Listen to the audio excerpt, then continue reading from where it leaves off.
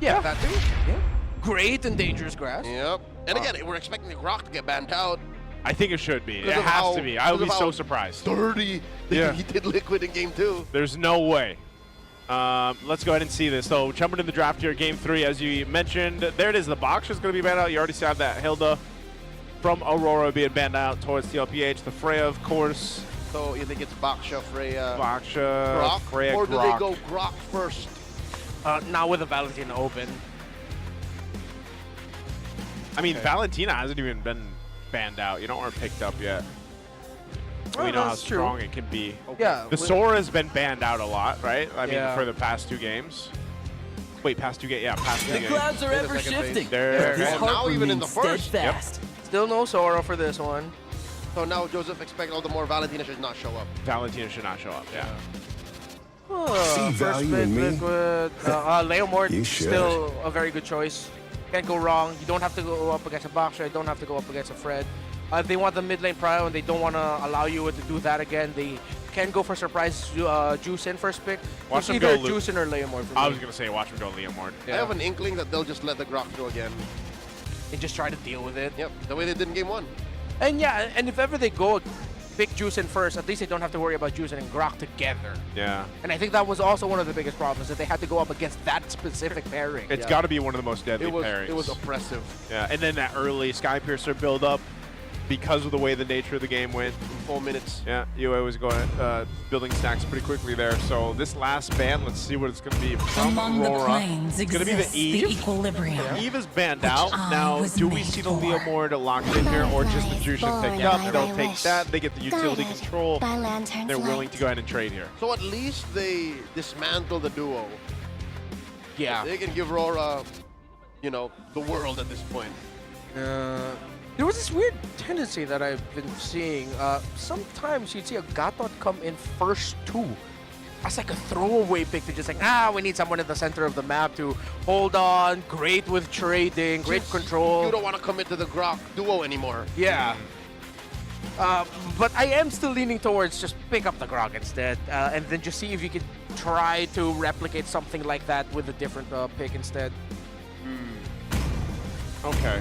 Well, let's see what this is going to be. They're taking their time here. Valor and Royals Going to go ahead. They do grab. Yeah. All right. Makes sense. Oh, wow. Makes sense. You get to yourself the Leomord. Now you got the Grok. It's worked for you. That's a double front hook. They hold on to the Grok and they steal away Khaldezi Leomord. So I wonder, what do we see what do we see Carl Tizzy pick up this time? Because they also did the 2 bans on the utility junglers, right? And it will soon be so they'll take the Lapu Lapu. They steal it away. I remember the old theory before was Suyo. Okay, we go for the Suyo. I thought he was gonna consider a Lucas, but then the Valentina still open. It would have been bad. Yeah, no, in that case, the Valentina is just on you. Yeah. It's not even a laning situation thing anymore. It's literally I am you. Thank you for giving me the. Oh my, I'm blanking out of the ultimate of the Lucas. Unleash Beast. Unleash Beast, yeah.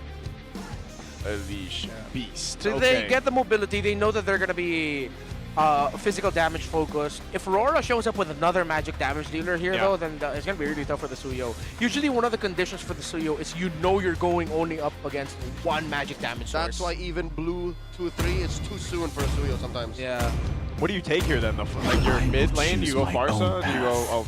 They'll pick up an Arlot, which was banned out in game 1. Game 1 or game 2? 2. Oh, 1. Game 1. Yeah. It was that last ban. It was blue 5 ban. Yeah. Also very oppressive here. Arlot, Grok, Leomord together. A lot of crowd control. Dashes. Even though there's that old interaction, actually in recent memory, Arlot actually does well more against the Phoveus. Before it was instantly Phoveus beat Arlot lane, boohoo. Now it's Arlot doesn't care about Phoveus really. So they might, I mean that is if ever we're gonna see a crazy flex with the Lapu Lapu already there, they don't need to worry about that. I'm really just trying to pick up the mid lane here. Yeah, gold lane too. Gold lane because it's going to be narrowed down a little bit here for Dominkite as well as Daiki. You got Harith being banned out. You already had that Freya. We could just potentially see a Claude, like probably Maybe Dominkite grabbing the Claude on that red 4. Yeah. Thought her a Granger, but I think the Granger might have a hard time if ever Carltese does get access to constant dive. So I'm just think of it in the team fight perspective. RORA, you know what they want to do. There's a lot of dive, Yep. which means that opens up for a mid and gold lane that are a little bit more artillery. Barca, Granger, like the really true Sound backliners. rises when I give the word. Oh, there's a Khalid ban. Going down some Got of him those lined up in my options. sights. Red 3, red 4 and 5 has to be magic damage.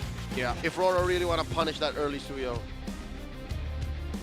Okay. That's why they think of the the Kimmy would have been fantastic. Yeah. Because they could have gone for the Kimmy and Granger tandem. Would have been clear-cut, great lineup for Aurora. So with TLPH blocking that, I'm still leaning towards artillery. Yeah, Kimmy Granger's a classic. Yeah. Unless... What if they bring I out mean, the he got Lunox? dismantled. Yeah. Blue Nox where? Lunox mid. And then you go Lunox for mid gold. for Aurora. So yeah, if Liquid ever decides to try and dive Brilliance, and then now you're risking yourself of just getting melted by the Shadow Assault. I guess. Which we have seen as a response to the dive center Payback lineups. But yeah, as we I expected, mentioned, they lean towards the Farsa. And most like I am still leaning towards a Granger, or maybe even it's Dominkite's turn to play the Moskov, depending on the matchup in the gold. Yeah, so just the Claude going to the hands of Daiki. Yeah. Again, I feel like even so, though, he's still going to have to be very careful of the positioning because of just how much it can be thrown at him from RORA. I'm talking about the Leo Moore light again on this, one of his best heroes, the Grok, and now you throw an Arlot into the mix too. Yeah. It's going to be really crucial for Daiki's positioning. And if I'm Liquid, steal the Moskov paired with a Gatot. You get Gatot juicing in mid, Aerial you get the assault Gatot unit Moskov awaiting against the orders, Farsa. TACOM. Oh, Look they at go that carry. carry. Okay. The only thing that makes the carry a little dangerous is the fact that it's mid-range Yeah. into the Farsa's burst. Yeah. Yeah. You're going to you're going to hope you can get that Malefic gun. Yeah, get in there before you're taken out. Yeah. Which is tough because if you got caught, I feel like into that Feathered Airstrike or even into any of the crowd control that can be thrown at you between the Arlot and the Grok is going to be very tough to deal with if you're the carry. Yeah. Time came that the Overwhelming Gatot force Kacha is the came only through. Oh, here we go again. Needs to be said that re-engage your sword point for Liquid. Leslie gets picked. Yep. A debut for what I'd say When was the last time Leslie was picked? not just 2026, but even a 2025. majority of 2025. It was, I hope I'm remembering correctly, but there was a draft where it showed up in Asian games. I'm going to revisit that. Yeah, so yeah, yeah. So give me a moment. this weekend, but that's outside of MPL. the traditional MLBB esports calendar. Yeah. Aurora Hunters played Aurora it. Hunters. Yeah. And look how perfect it is. It's Aurora Gaming PH who takes it out. Yeah. Ooh. What was it up against? What was the Leslie up against? Actually, Aurora Hunters played it against Team Liquid Philippines. It lost, but Okay. it was up against a Lapu-Lapu, a Gatot, a Claude, Farsa, and a Frederick. Okay, so it was up against the Claude matchup. 12 out of 5 the same heroes. Yeah. I'd love to see it. Leslie was not on my bingo card for game 3, day 1 here. But I love to see the changes happening in the gold lane. So Leslie comes into play in game 3. Welcome to the Land of Dawn. Final game for this epic rivalry between TLPH and RORA. Yeah, I mean, we all know how much of a menace Leslie is going up against her in our ranked games. Even though you know how or what you want to do to avoid making the most out of the kit of the Leslie, proccing those 2 really strong enhanced true damage basic attacks, it just hurts. And if it's a really good Leslie player, there's only so much that you can do. That's why you get the 2 roamers now in the gold lane to start. Yeah, she's also relatively immobile. Yeah. Kind of telegraph where she wants to be, where she has to be even with the Master of Camouflage. Daiki put down to 1/10 of his health, forcing an early revitalize from JP. So everybody probably watching this at some point has played against a Leslie. And you know how difficult that lane is in the gold lane to be able to, and again, like Renmar mentioned, that's why you got the roams there. So I'm really looking at how Daiki's going to be able to go ahead and transition on this carry who's already, like we mentioned, It's not an easy lane out to begin with. the lane itself is not in your favor, but then even the team fights, like the disadvantage that you have with the range, of course, Where do I go? is, and that's the difficult part here. So Dominkite, on the other hand, is literally just going to continue to scale up and then just be taking people down, you know, a quarter of their health to half their health. Unless this, he flickers out. That is a charged Queller to the face of Dominkite. All right. Safe to say, Carl Teasy knows what he's up against. Again, Yep. it helps that the SEABO qualifiers saw a Liquid matchup against the Leslie just a few days ago. Yeah. So maybe I wonder if that's Liquid now feeding Daiki information. No, do this. Okay, no, we gotta do this. We already went up against it and won. Okay, with this, they're going to transition now up to the objective. Turtles up. Positioning right now for RORA to go ahead and take advantage of. This is also the fact that they have a feathered airstrike on their side. Light not level 4 yet, but still that wall is going to be tough to deal with, that rampart. They're going to fight for this half health on the turtle, though. Feathered airstrike coming in from UA, able to put up enough of a defense to take down JP. Oh! Carl Teasy gets in there, takes the Lord. Demon Kite gets quelled here. And now Carl Teasy just wailing away in immortality form. Edward in trouble! Katon gets taken down by Carl Teasy. Now this is the problem for Aurora. Because of the two roamers going into the gold lane to support their gold laners, that left the Suyo and the Leomore to farm up. That could have gone either way. Yeah. But again, Carl Teasy will continue to be aggressive because he only has to worry about the Farsa. The rest of the high damage of Aurora comes from physical, something that, of course, Suyo still has defense against. Yeah, Suyo still, again, the mobility of this hero is really what shines for a lot of the team compositions that play with it. And like I was saying before that turtle broke out, one of the main things that was missing there was having that tech charge available on the Croc. So they lose out to the turtle. They're not too far behind at all, right? They're still in a pretty good even position on both sides, but I would say even so, for Daiki at least, he's in a little bit more fighting position to deal with Dominkite. He's just, again, got to play this lane correctly and farm up the way he needs to. Now, on that note, with Light being level 4 now, you can expect him to go ahead and try to set things up potentially. JP more so is on this kind of like, I'm going to babysit the lane if I have to. If I've got to go ahead and jump in or get that unbreakable taunt off, then that's great. I'm more of a peeler right now for this because TLPH's lineup has to scale up. Yeah. So it's tough for Dominkite to be aggressive knowing that JP could show up at any time.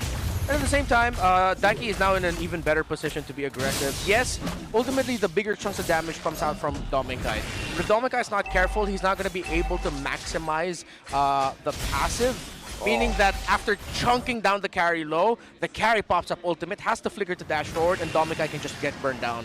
I miss this. Yeah. The younger Uchiha just a much faster farmer than Leomord. How much ahead he is right now, too. So Two Turtle's levels. up 2 levels. That's a big advantage right now against Demonkite to deal with. Again, space crucial here. Daiki can get spotted out by Dominkite on that extra brush here with this dangerous grass map. So still taking their time with it, though, just because they know they have to watch out for the initiation. Crimson Beacon by Sanji, the answer. Paddle Steed from Demonkite. Down goes Light, the answer. Better airstrike. And still Liquid put their foot down. Dominkite taking down Sanford, and Carl Teasy once again 2 for 2 on that turtle. Now Edward flickering on back. Carl Teasy comes through. Katon once more. Down goes Edward. Carl Teasy calling the shots. Dominkite takes down Yue and now attempting Grand Theft Purple. Demonkite still has a retribution. Oh, that's the momentum plus the retribution secures his own. Yeah.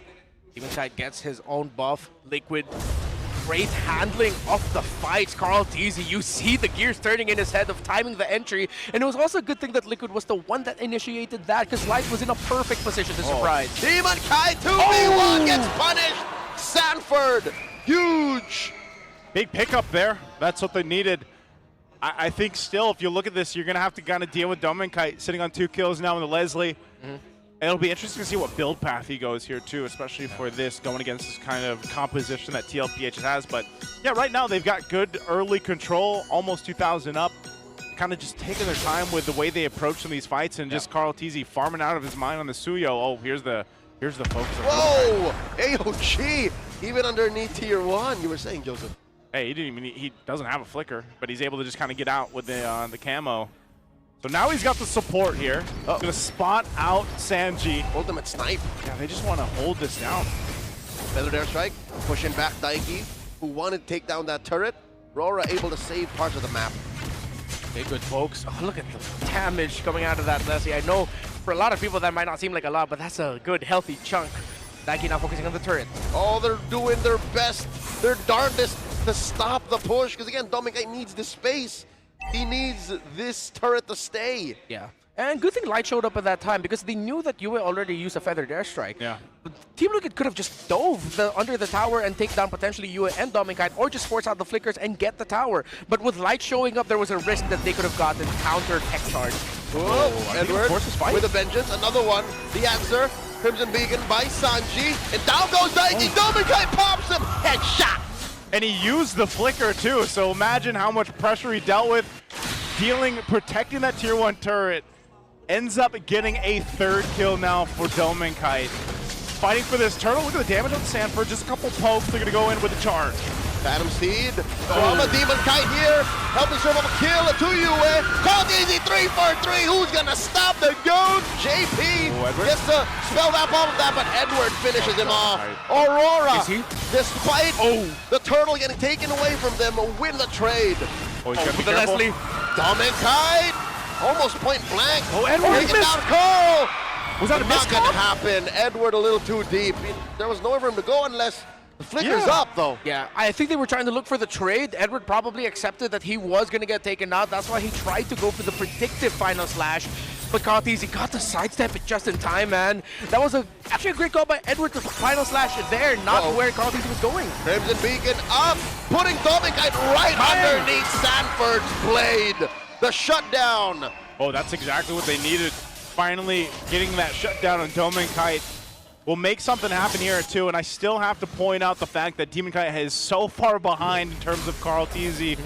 Even in that levels, it's really not the best position to be in, but he can rely on the team to kind of help him stay into this game. Cartesi is in Shippuden, while Dominicate still again in. I don't know the ranks, I'm sorry. Same.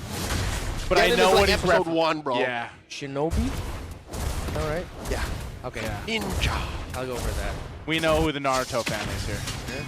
Not me. Hey, the thing is you kind of forget because you haven't seen Suyo too much in the previous seasons, just how fast he can farm up. And when you have this kind of lead, look at this, and even his itemization, the way he's building in, it's that finesse on the Suyo that works so well. The ability to farm up, but then kind of maneuver in and out of these team fights and find the right amount of damage on the right target. The earliest I've seen Suyo actually be in demand was in the SEA Games in Thailand. And now he's a real threat, it seems like. Ooh. Well, Sanford would try to commit the flicker, but okay, so Cartesi was way too far there at that time. It would have been too risky. So now with a 4 level gap still, he's at 14 now. Cartesi, Demon Guy still at 10. The crazy thing is they're fine. US deathless, his damage hurts. Dominicate, it hurts, and he debuts to Leslie once again after using her back in MPL Philippines Season 13 playoffs with Manana Evos. I completely forgot about that. Oh, that was the one where they picked the Leslie after the Yulong was picked. Big oof. Oh yeah, that was I remember that moment. Fight for the lore though, less than half, quarter of the health here. Quick dodge and a blitz. Cartesi secures the turtle. Phantom Steed coming in, looking to punish whoever's on Dominicate in the back line, but it's too much, too little. Sanji takes down Edward, and even underneath their purple, in comes Dominicate takes out Sanford, and Daiki finds revenge on Dominicate. Sanji gets a double. The chef finds 2. And that's unfortunate. He didn't have the flicker anymore, and he gets caught by the AOG. So Aurora on the defense with 2 members, Dominicate and Light, to defend this bit of a push here to get these holy defensive down before that Lord makes its way down bot. That's the rough thing about Aurora's Leslie pick. It worked out against them because that left Cartesi free to farm. Because of JP going down to the gold lane, that also called Light down to the gold lane. Meaning that because of the speed between the two, Cartesi will just end up clearing the jungle way faster than Dominicate. Unintentional dead lane for Aurora. Yeah, there was no disruption from Aurora's side to try and stop Cartesi from getting farm. And there was nothing stopping Cartesi from getting those turtles. He had to work for it, yes, but all 3 went there. And I think Aurora was banking on them winning the turtle fights. Feather strike! They're trying to stop this penetration attempt from Liquid down bottom. JP very low, revitalized, keeps him alive. In comes Edward. Final slash displaces him. But JP is still up. Dominkite ends him, but a little too forward. Dominkite falls, so does Light. And Dominkite. Edward picked out for US down, and it's a wipeout. Stampede complete. Liquid have wiped out the M7 World Champions. And like that, they're going to go in to end the series here with Game 3 under their belt. What a welcome for Daiki and TLPH. Welcome to the home of champions, where even world champions crumble to the reigning champions of the Philippines. What an opener for Season 17. Daiki, welcome to the Cavalry. A successful debut for their MD.